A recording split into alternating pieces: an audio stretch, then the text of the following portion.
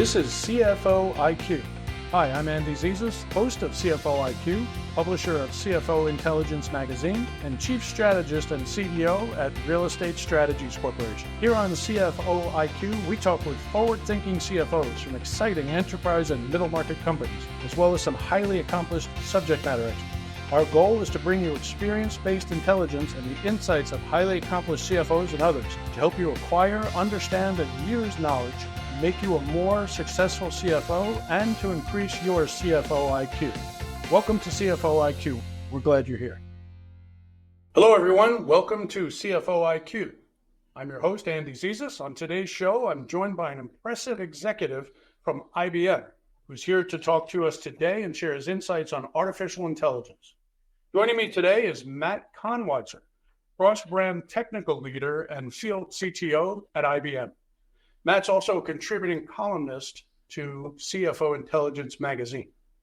Today, Matt and I will discuss how CFOs can best capitalize on AI. Good afternoon, Matt. Welcome to CFO IQ. Nice to see you again. Thanks, Andy. Great to be here. Good to see you as well. It's always great to be with you, Matt. I'm really grateful and appreciative that you chose to be with us and share some of your expertise with us. You've done a wonderful job in sharing your ideas with us at our CFO Intelligence events. That's wonderful to have you here on CFO IQ. I appreciate that. It's always fun to be a part of your events, and you've got a great crowd that always shows up. So it's fun conversation every time. Thank you, Matt. Thank you. So we're here today to talk about AI, artificial intelligence. We've talked about this a few times. You and I have had some really great conversations. We've shared discussions with CFOs. The world is talking about AI and has been talking about AI for a while now. It's not a new topic, but it gets more and more exciting every day. Share with us the current state, just in a general term. What's the current state of AI? It's important that I put this out there first because of the introduction you gave me. When I do these interviews and we have these conversations, what I'm really speaking from is my personal point of view, right? So I'll just put that out there first because the question you asked is a great one, but it's also a very controversial one. And I think in a word, the answer is hectic. We see changes, innovations, new capabilities being introduced in the field of AI almost daily at this point. And we see minor disruptions like a new version of something that's been out for years. And we see major disruptions, things like what happened with DeepSeek just a few weeks ago. And both of these things create a state of constant change where people feel like they always have to be on top of everything that comes out or they're already behind. And that's really the state of things right now. There is the most recent thing one is that people are talking about AGI now as being an almost imminent reality. And now that's kind of shaking up the whole conversation trope about, well, what does that mean? What is it going to do? How is it going to impact people? So hectic is the best way to say it, Andy, and that's kind of where we're at. Expand on that for me. What's AGI? So AGI, artificial general intelligence, is basically a point when an AI reaches a state of autonomy and human or greater than human level reasoning and logic. So effectively being able to have a model wake up in the morning, get turned on by its creators, and then just decide what it's going to do that day based on what's happening in the news or when it looks at somebody's schedule, and it just starts doing. And it does it as well as, if not better than, the human that would have been sitting in that same role. That's what AGI is. It's that level of self-reliance and autonomy and capability and maturity of logic and reasoning where a human is almost optional in the role. Is that the part where the machines start making the Terminators? No, so there's another tier, right? ASI, artificial superintelligence. That's what people call the singularity, the point when kind of machines just take over everything. And that's the Terminator, Skynet, the Borg from Star Trek, like that.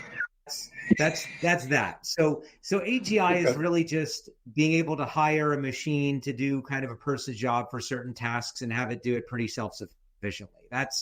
We're nowhere near the singularity stuff yet, but it's definitely a roadmap. So we're at least a few weeks away from Skynet and the Terminator and the Borg and all that stuff. Give or take a few hours. Yeah, exactly. All right. So since we're not worried about Skynet taking over, let's talk about CFOs. In particular, CFOs are asking themselves a lot of questions about AI, and as it relates to things like things they do every day, financial forecasting and planning. How can AI become an effective tool, or has it already become? And what's next from in the CFO suite relative to financial planning and forecasting? So when we talk about AI in this context, especially when it comes to number crunching, traditional number crunching, because that's what forecasting and planning is.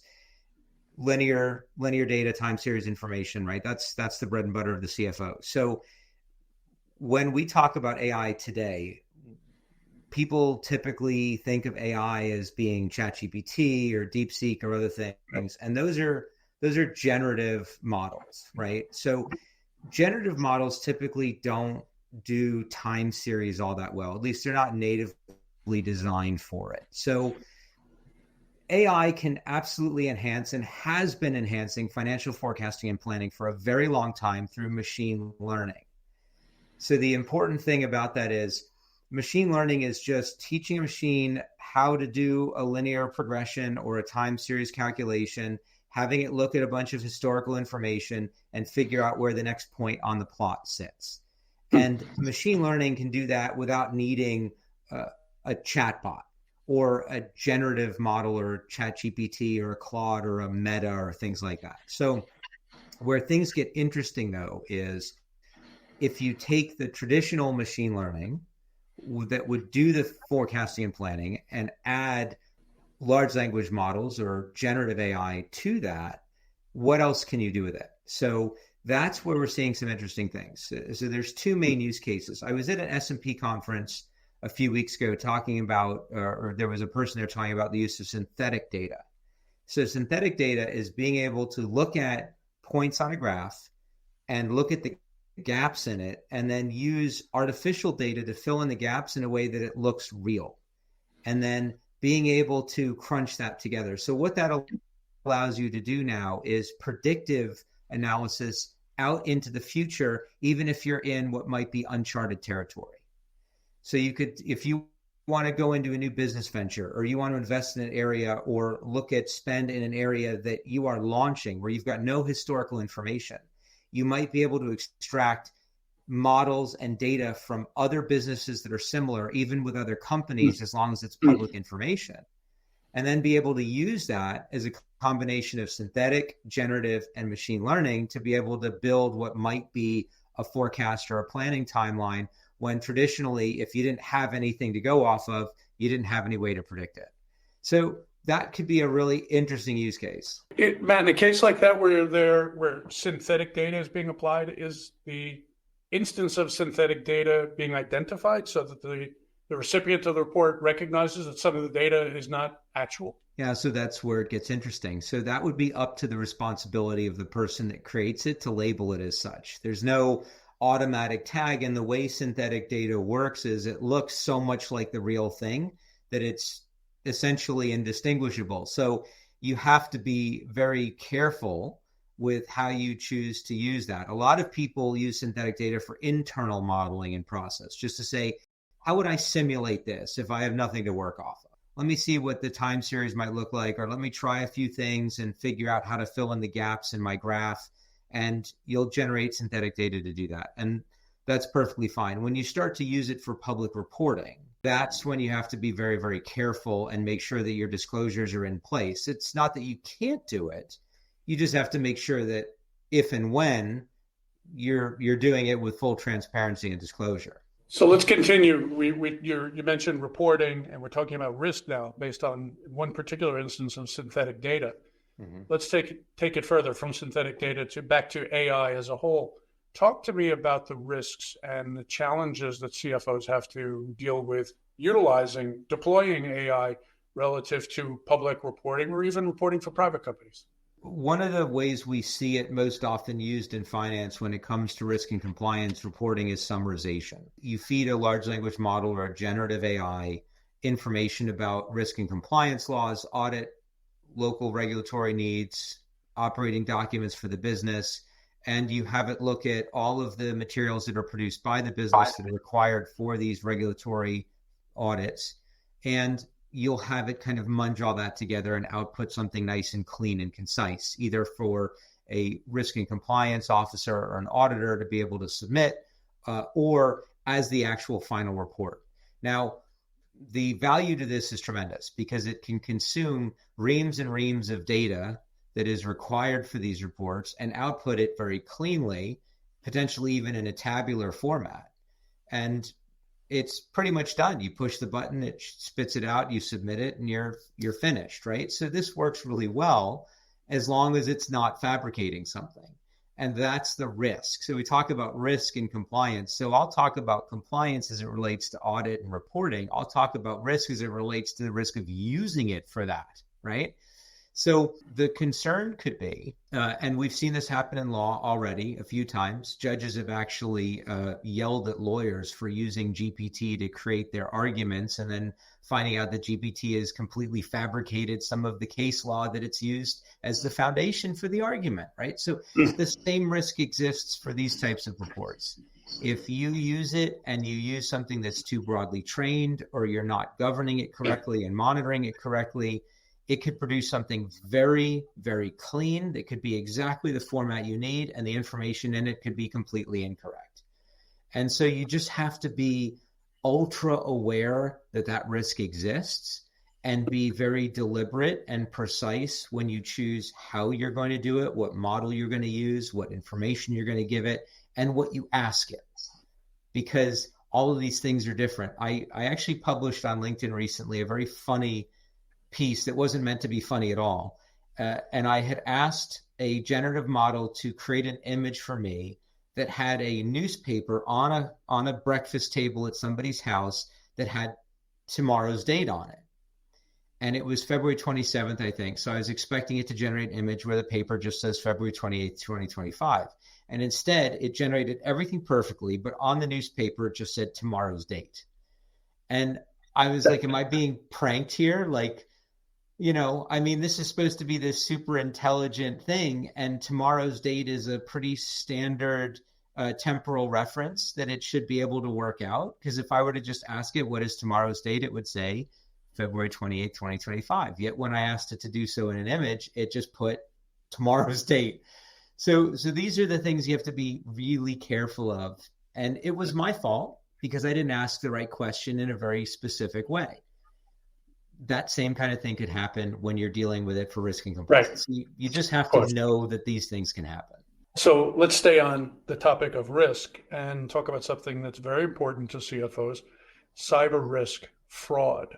How can CFOs best capitalize on the opportunity that AI presents to identify, capture, and minimize fraud and cyber risk? So that's another really good one. So the question is very timely because Deloitte had just put out their year-end report of 2024 about the most significant benefits and capabilities of AI and generative AI. And one of the strongest respondents of a use case that had exceeded expectations was for cybersecurity. And it was in the context of cyber analysis and fraud detection and cybersecurity overall. And the reason why I believe it can do so well, and I'm not going to rehash Deloitte's report, but you can certainly find that on the web. But the reason why I think that probably happened that way is because when you look at cybersecurity and fraud, these are human things, right? It's not a bug in a code that just something breaks. Somebody is very intentionally trying to engineer their way into an environment, and they're going to use sometimes very creative methods, right? So when I used to work on anti-money laundering and fraud cases, when I worked in cybersecurity 10 years ago, one of the things that we would need to do was, for example, correlate the number of microtransactions that were occurring over a specific period of time that all, even if they came from different bank accounts going to different bank accounts, if equal amounts of money were then moved on the back end to another bank account, and then all of that exceeded $10,000, and then billing and address and invoices, when you looked at satellite data, didn't match what it was supposed to be for, you can figure out that somebody's trying to commit fraud, right? That's a complicated case. Some of the easier ones are things like insurance fraud, like I'm claiming a car accident and you're driving around in a Lamborghini that's completely pristine, right? So clearly something's wrong. Either way, you need to take vast amounts of information, put it all together, correlate it, prove it or disprove it, and then generate enough evidence that you can then prosecute or go after somebody. Well, a generative model, because it understands images and text and spoken word and video, is really good at that. Because if it's trained for fraud, you can just throw it at a lake of information and have it go off and find all the pieces that correlate to a single thing. We used to call it link analysis. I don't know what they call it anymore now that we're in generative, but it does that really well because it's all about finding needles and needle stacks and then putting them together to say, yeah, these all belong in the same sewing kit. And that's fraud. Cybersecurity is effectively the same thing in a much more constrained scale. You're looking for all these different indicators of threat or indicators of compromise in your environment. And you have to go through reams and reams of data points from all these different sources and put them all together and then say, yeah, this is one story arc. Again, humans can do that, but it could take months to do it, whereas an AI might be able to do it in hours or weeks. Always need human oversight, though. Never just trust the machine blindly to say, this is definitely fraud, this is definitely a cyber incident. But a human plus a machine to do all that together could potentially save thousands or millions of dollars. To do the sorting and the interpretation and the assumptions. And time to detect. Okay, so let's come back now to the broader picture. CFOs, chief financial officers, they're focused primarily on finance and operations, and then beyond that, a whole lot of other things. Talk to me about how AI can help CFOs optimize cost reduction and driving operational efficiency across the enterprise. This is one of the biggest struggles, frankly, right? Because a lot of people think that AI is cheap, and it's not. It is very, very costly. So there were some studies that were doing estimates of the average startup cost and run cost of AI in a large enterprise. And it was anything from $5 to $100 a person to get started, and 50 cents to $6 a person to operate over a time period on a daily basis or a weekly basis. When you say a person, you mean an employee? Yes, a human being. So it would be that number times the number of employees in a company.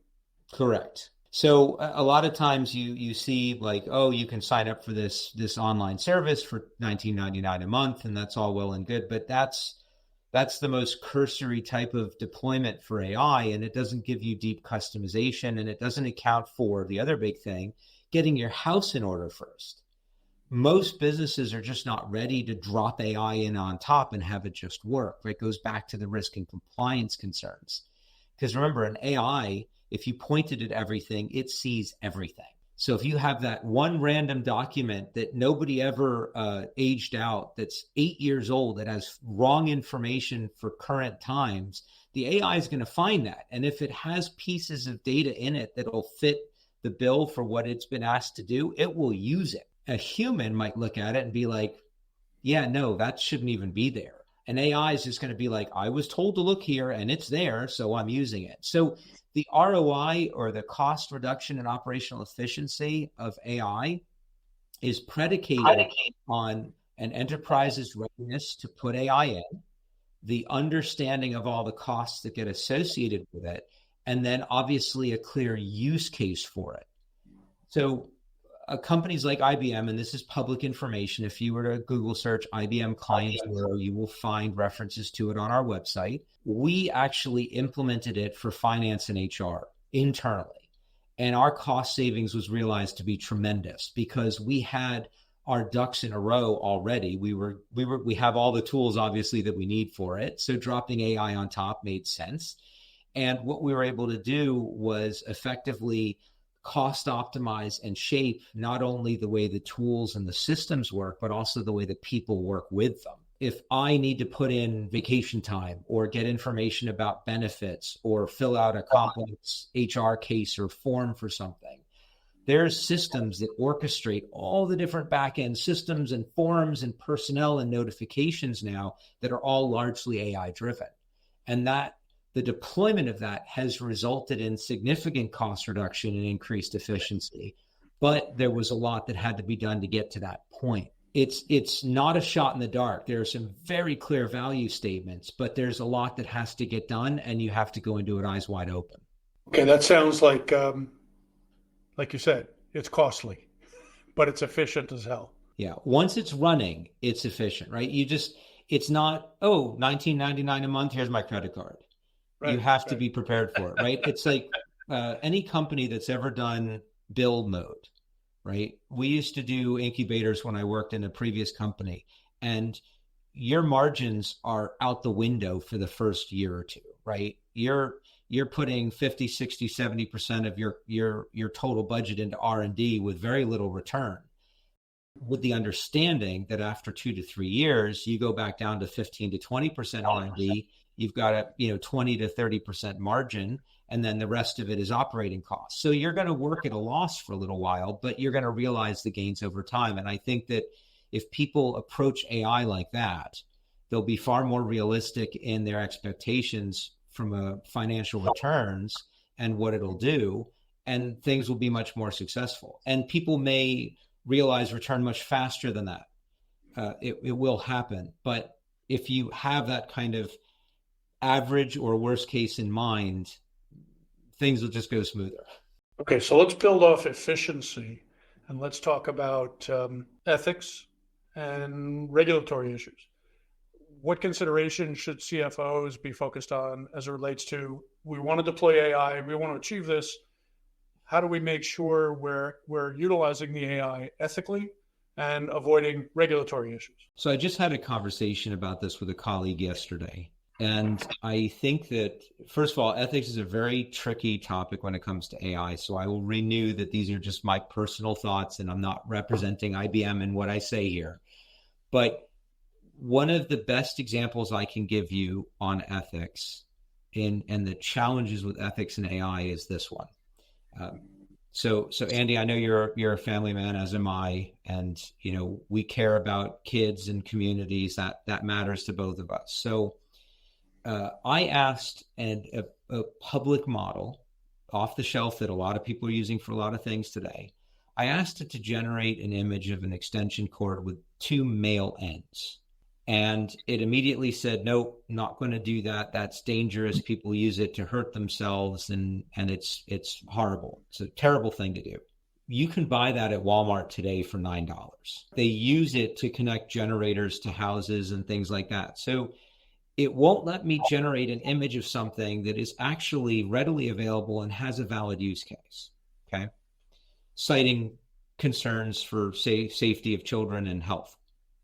The same model, I said, generate an image for me of a motorist driving recklessly and speeding past an elementary school with children playing at the curb. And it did it immediately. That's not governance. That's not regulatory. That's ethics. Because somebody decided that it was going to code the model that it shouldn't generate a picture of an extension cord that you can buy at the corner hardware store, but it would be acceptable to generate a picture of a motorist putting children's lives in danger. And this is where we have a problem with understanding the ethical considerations in AI, right? So somebody built those rules into the model that says this is okay, that's not okay, and here's the reasons why. When we use them for our business, we have to think about it the exact same way. What are we doing with the models, and which models are we choosing, and how are they built? Because what if we needed to do something? Let's say you're testing pharmaceuticals. You may know a new compound could be hazardous, but you still want to generate it and simulate it to see its effects in interaction with other compounds or certain hazardous diseases or horrible things in the world. If the model says, no, I won't do that because that's dangerous, that defeats the purpose of using it for the researcher. somebody else's ethics is now taking the place of the purpose of it for the business. So the ethical considerations are massive. Now, the regulatory considerations are also massive because you've got the initiatives that are happening around the world amongst AI producers who are agreeing that they will openly disclose all of their guardrails and ethics and parameters for the models. And then you have the closed models that are largely targeting the consumer spaces that will not disclose that information. But you also now have regulators that are introducing state and local bills to govern the use and application of AI for different types of businesses or different types of information. So you've got to figure out how all of those three things intersect. And if you're a large multinational organization, you may have to comply with a multitude of those laws. We used to do this all the time. If we had data in Germany or France, we had to keep it in Germany and France. You couldn't have that data be moved across the pond into the US or in different data centers because of the privacy and protection laws that exist in those countries, right? So with AI, if you have a human reading information off of a screen that's coming from a data repository in France or Germany and feeding it into a model, and that model is hosted somewhere else, you're now taking that information and you become the exfiltration, even if you're keeping it within the country, but now you're violating those regulations. So how do you regulate against that, or how do you create gates to keep that from happening? Humans, human training, human awareness, human education. It's the same example when I had a debate with somebody about AI being dangerous. I said, is the knife in your house dangerous that you use to cut vegetables or meat? They said, yeah, of course it is. I said, why do you have it in your house then? Well, because it's utility. We need it. I said, that's right. So how do you make sure that the people who come to your house don't hurt themselves or do something they're not supposed to with that knife? Well, it's partially common sense, and it's partially I've taught my kids that they're never to touch them. Bingo. AI is the same way. You have to approach it like a set of kitchen knives, high utility, very functional. You can't throw it out, but the humans that are involved have to be aware of the liability they assume when they pick that knife out of the butcher block and start to use it for something. If they cut themselves, they can't blame the owner of the knife because they were the one that assumed the liability of using it and they cut themselves. So, I mean, that's kind of where my head is on that. You know, it's very interesting in terms of your thought about pulling information globally and the different regulations that would exist and the gates that do or don't exist from various locations. And I think about when you engage a consultant to write a report, and they do a lot of research and they pull information, they pull data from various locations. At the end of their report, there's usually a reference section, and they advise you as to what the sources of their information were. I pulled this document from this report. I pulled this document from this research institute, and we got this bit of information from this location. When you pull information from the internet, specifically through AI, you're right. You don't know where it's coming from, and there's no way to tell what the source is and how the information was interpreted. And well, and so this is where it gets interesting, Andy. I'm glad you brought that up because a lot of even commercial models that are somewhat closed, there are ways to get it to reveal what its source was when it gives you information. So you can check it and make sure that it's viable, but you have to know to ask. That's the key, right? You can't just take for granted. You have to say, okay, that's interesting. Where did you get this passage from? Where did you get this fact from? And then the human has to follow the breadcrumbs and make sure that that source is reputable and relevant. So it's there if you want it and you know how to look for it, but it's still incumbent upon you to fact check it, not just blindly include the URL saying, oh, this is the source, right? Let's talk about AI, not about finance, but something that the finance department focuses on, specifically the CFO. Workforce needs, skills development, not just within the finance department, but across the enterprise. How does AI guide a CFO in focusing on those issues? Yeah, so there's two really kind of low-hanging fruit, great use cases for this. And the first is orchestration of tasks. So if you were to ask any of your CFOs, and I've spoken to a few of them in my time with you, so I think I know the answer, but if you were to say to them, out of their daily tasks and their daily functions, how many of those tasks would they consider to be simple? Just do one thing, one action, one step, 1 + 1 = 2, and boom, I'm done. None of them, right? Everything has codependencies. Everything has complications. And that's one of the things where I think AI can help with workforce perspective, because if you don't look at AI as something that will replace you, but something that will augment you, it can be a huge benefit, right? So if you can teach your AI model, especially if one that's dedicated to finance or operations, that within the company, when somebody makes this type of request, it has to come from these sources, and we're looking for this kind of data from this time series and this data range. Even if you don't have it do the calculations, even if you just have it grab the data and bring it to you, that saves time. And it's not replacing you, right? It's augmenting you, but it is going out and getting the information that you need and bringing it back to you. And a lot of these models will have the ability to very transparently show you every step of the way, right down to the construction of the query or the formula that it's building to extract the numbers that you need, the sources it's pulling from, the columns it's accessing in a spreadsheet and how it's doing its calculations, so that if it goes wrong, you can see where it went wrong. So it actually makes the human more relevant, because you need to make sure that you're there to look at it and correct it, because ultimately it's human generated data being stored in a machine and accessed by a machine, but then fed back to a human. So humans are the bookends, and very, very relevant. And in terms of skills, which is the other question. So I will admit that I use AI, not for my job, but for myself. I come across lots of interesting topics that I want to learn more about. And I will use AI to help me learn about it in a summarization sort of way, right? So for example, let's look at the term liquidity management, right? Liquidity management is a finance term. I'm not a finance person. I know what liquidity is. I know what management is, but I want to know more about what liquidity management as a concept is. So I could do one of two things. I could go to the library, because we still have those, believe it or not. And I could check out a book and read the entire book and maybe never find exactly the answer I'm looking for. I could Google search and hope that the keyword match liquidity management shows up on some finance bro website that will allow me to read it and learn about it. Or I can ask an AI that has read and been trained on myriad books and papers on all sorts of different things, and have it give it back to me in a summary that I can read in 2 paragraphs. I've now become smarter, but I don't become a liquidity management expert.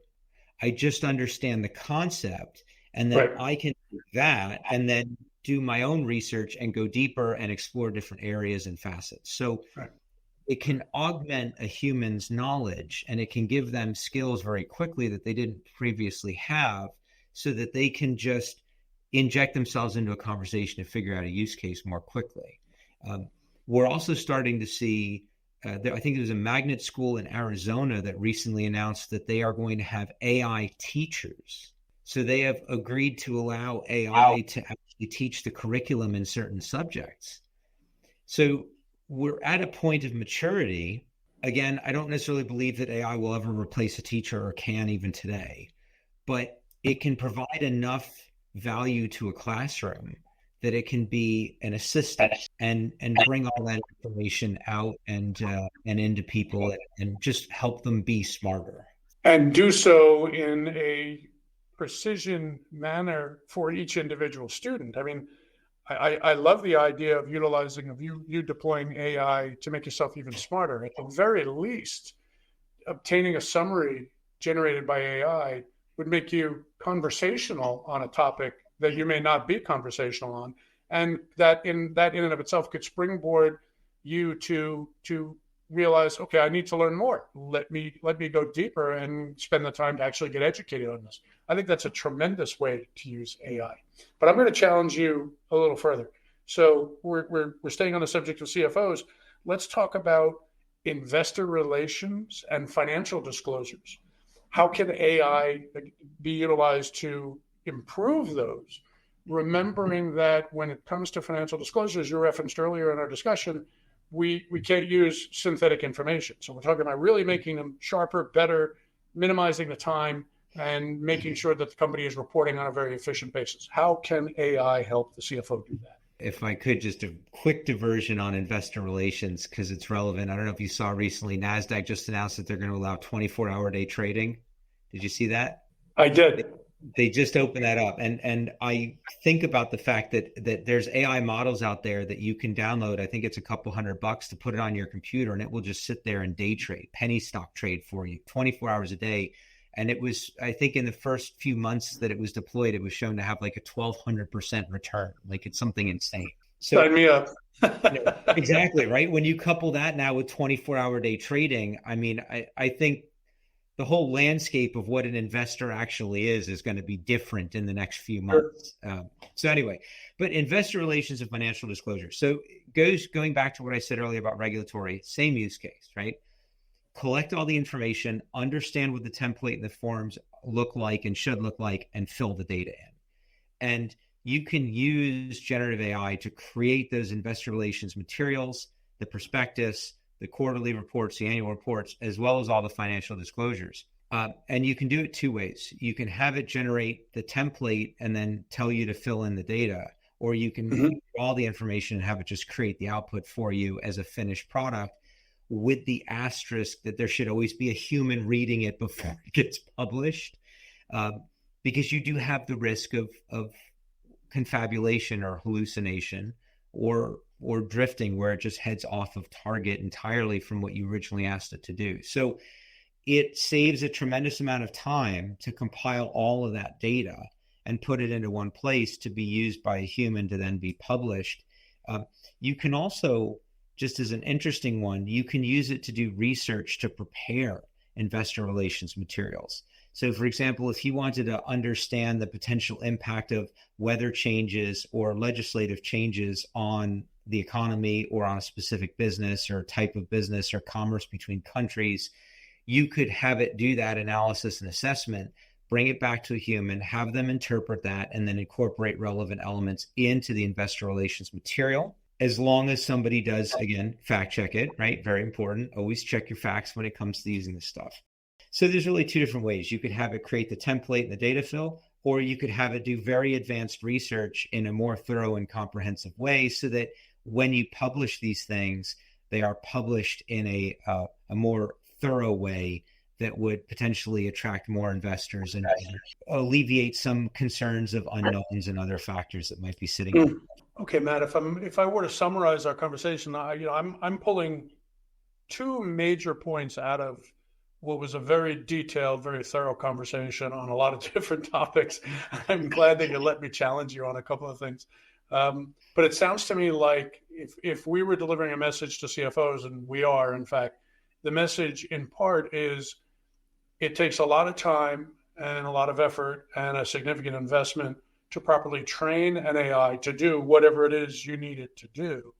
And no matter what you utilize AI for, it is not a hands-off process. Ultimately, the end product, the decisions, all have to be viewed by humans.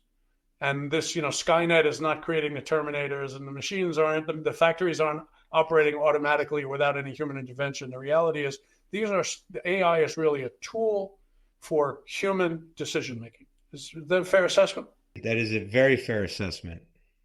Yes, I agree with that entirely. Matt, you know what? You and I could talk about this stuff for hours, and in fact, we have in the past.